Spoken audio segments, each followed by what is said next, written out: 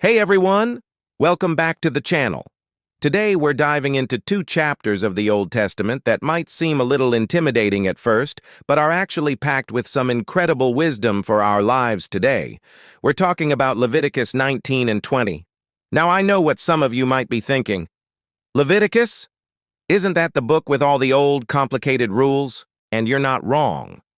But stick with me, because there's so much more to it. At its core, Leviticus 19 is all about one central command from God. Be holy because I, the Lord your God, am holy. That sounds like a pretty tall order, right? But the chapter breaks it down into practical everyday actions. It is less about a mystical state of being and more about how we treat the people around us.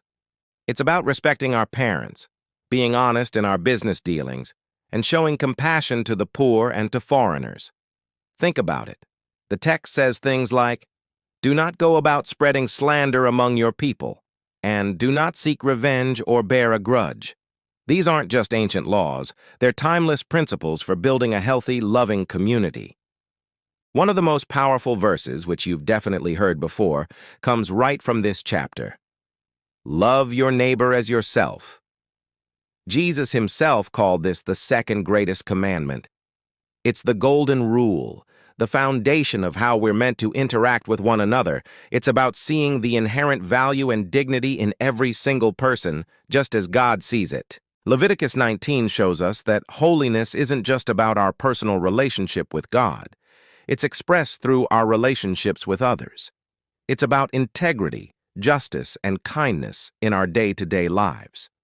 Then we get to Leviticus 20.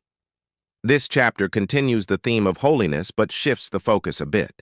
It lays out the serious consequences for ignoring these guidelines and turning away from God's ways.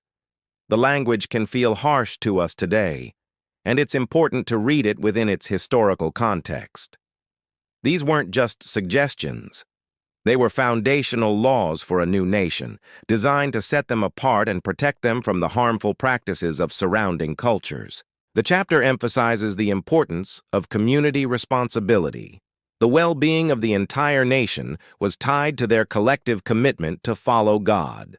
So what's the big takeaway for us, thousands of years later?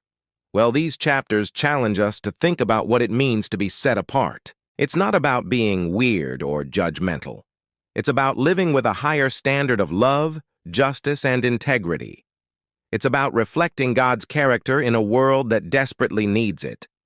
Leviticus 19 gives us the beautiful, positive vision of a holy community, while Leviticus 20 reminds us of the serious importance of staying true to that vision. It's a call to love God with all our hearts and to let that love overflow into how we treat every single person we meet. It's a message that is just as relevant now as it was then. Thanks so much for exploring these chapters with me today.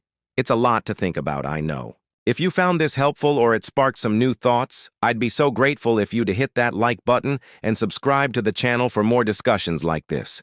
Drop a comment below and let me know your thoughts on Leviticus. I'll see you in the next video.